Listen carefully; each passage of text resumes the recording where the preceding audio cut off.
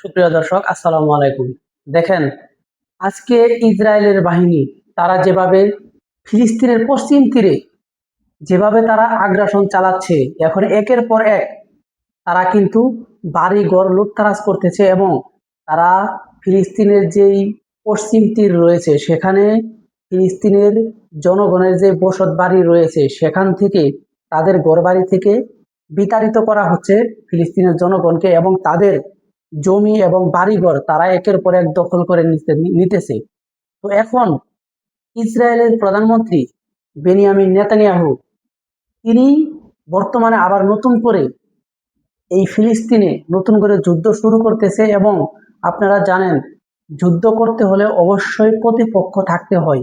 প্রতিপক্ষ যদি আরেকটা প্রতিপক্ষকে যদি ঘায়েল করতে পারে তাহলে কিন্তু সেটা যুদ্ধ বলে গণ্য হয়। আপনারা জানেন ইতিমধ্যে ইরান যেভাবে আমেরিকা এবং ইসরায়েলকে, এই দুই দেশকে যেভাবে নাস্তানাবুদ করেছে, এটাকেই যুদ্ধ বলে। কিন্তু এখন যেটি শুরু হচ্ছে এই ফিলিস্তিনে, ইসরায়েলের প্রধানমন্ত্রী বেনিয়ামিন নেতানিয়াহু তিনি একের পর এক এই ফিলিস্তিনের এলাকা দখল করে নিতেছে, এবং তিনি এখন বর্তমানে যে বিষয়টি সামনে দাঁড় করিয়েছে তার নির্বাচনকে সামনে রেখে, আপনারা জানেন ইতিমধ্যে সামনে ইসরায়েলে যে নির্বাচন আসতেছে, ইসরায়েলের জনগণ সবাই কিন্তু এই ইসরায়েলের বেনিয়ামিন নেতানিয়াহুর বিপক্ষে।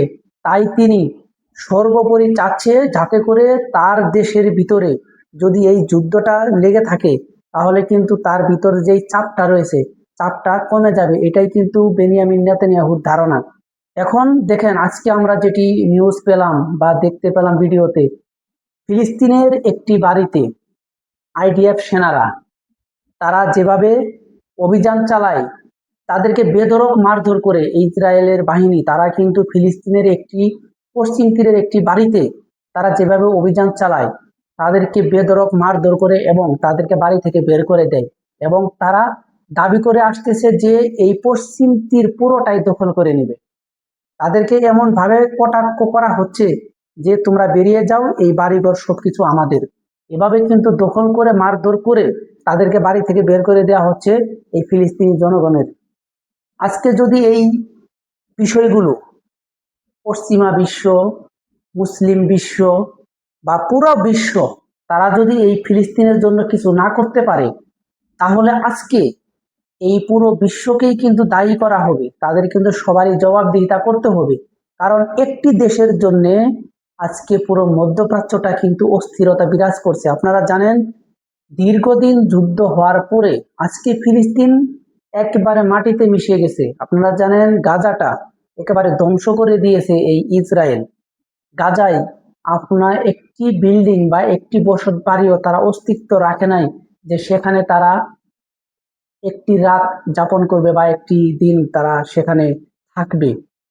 তারা যখন তাদের বাড়িতে চলে যায়, এই পুনর্বাসন যখন যুদ্ধবিরতির মধ্যে যখন এই গাজাবাসী যখন তারা তারা নিজ নিজ ভূমিতে যখন ফিরে যায়, তখন তারা গিয়ে দেখে সব ভেঙে চুরে চুরমার করে দিয়েছে। কেউ কারো বসত বাড়ি চিনতে পারতেছে না, কোনটা কার ভিটে মাটি কোনো কিছু চিনতে পারতেছে না। সব বিল্ডিং বলেন, যাদের যে বাড়িঘর গুলা ছিল সব গুড়িয়ে দিয়েছে। ইসরায়েল বাহিনী এমন ভাবে বোমা মেরেছে, প্রত্যেকটা বিল্ডিং প্রত্যেকটা বাড়িঘর তছনছ করে দিয়েছে।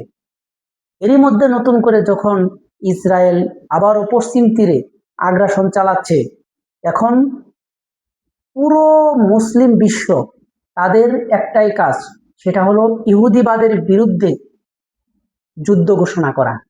আপনারা জানেন আজকে মুসলিম বিশ্ব চুপ বলেই, আজকে মুসলিম বিশ্ব কোনো কথা না বলার কারণেই আজকে কিন্তু এই ফিলিস্তিনি ভাইদেরকে, ফিলিস্তিনি মুসলিম ভাইদের উপর এত অত্যাচার। আজকে যদি মুসলিম বিশ্ব কিছু না কিছু হুঙ্কার দিত বা সতর্ক করত ইসরায়েলকে, তাহলে এত সাহস পেত না। আজকে মুসলিম বিশ্ব চুপ করে আছে বলেই আজকে ইসরায়েল নির্বিচারে গুলি করে হত্যা করতেছে ছোট ছোট শিশুদেরকে, বৃদ্ধ মা বাবা যাদের রয়েছে তাদের সামনে, সন্তানের সামনে বৃদ্ধ মা বাবাকে গুলি করে হত্যা করতেছে। নিরুপায়, তারা আজ কিছু করতে পারতেছে না। তাই আমরা অবশ্যই মুসলিম বিশ্বের কাছে একটি প্রশ্ন রাখতে চাই, আপনারা কি করতেছেন? আপনাদের চোখে কি এইগুলা আসে না? আজকে নির্বিচারে গুলি করে হত্যা করতেছে গাজাবাসীদেরকে। এই ফিলিস্তিন পশ্চিম তীরে আজকে যে অবস্থা শুরু হয়েছে, তাতে করে গাজার মতোই কিন্তু পশ্চিম তীরে শুরু হতে যাচ্ছে। আজকে আমরা সবাই চাই যাতে করে এই ফিলিস্তিন স্বাধীন রাষ্ট্র গঠন হয়, এই প্রত্যাশাই রাখি। যদি আমার ভিডিওটি ভালো লেগে থাকে অবশ্যই চ্যানেলটিকে সাবস্ক্রাইব করবেন, পাশে থাকবেন, আপনার মতামত প্রকাশ করবেন, কমেন্টস করে জানাবেন। আসসালামু আলাইকুম।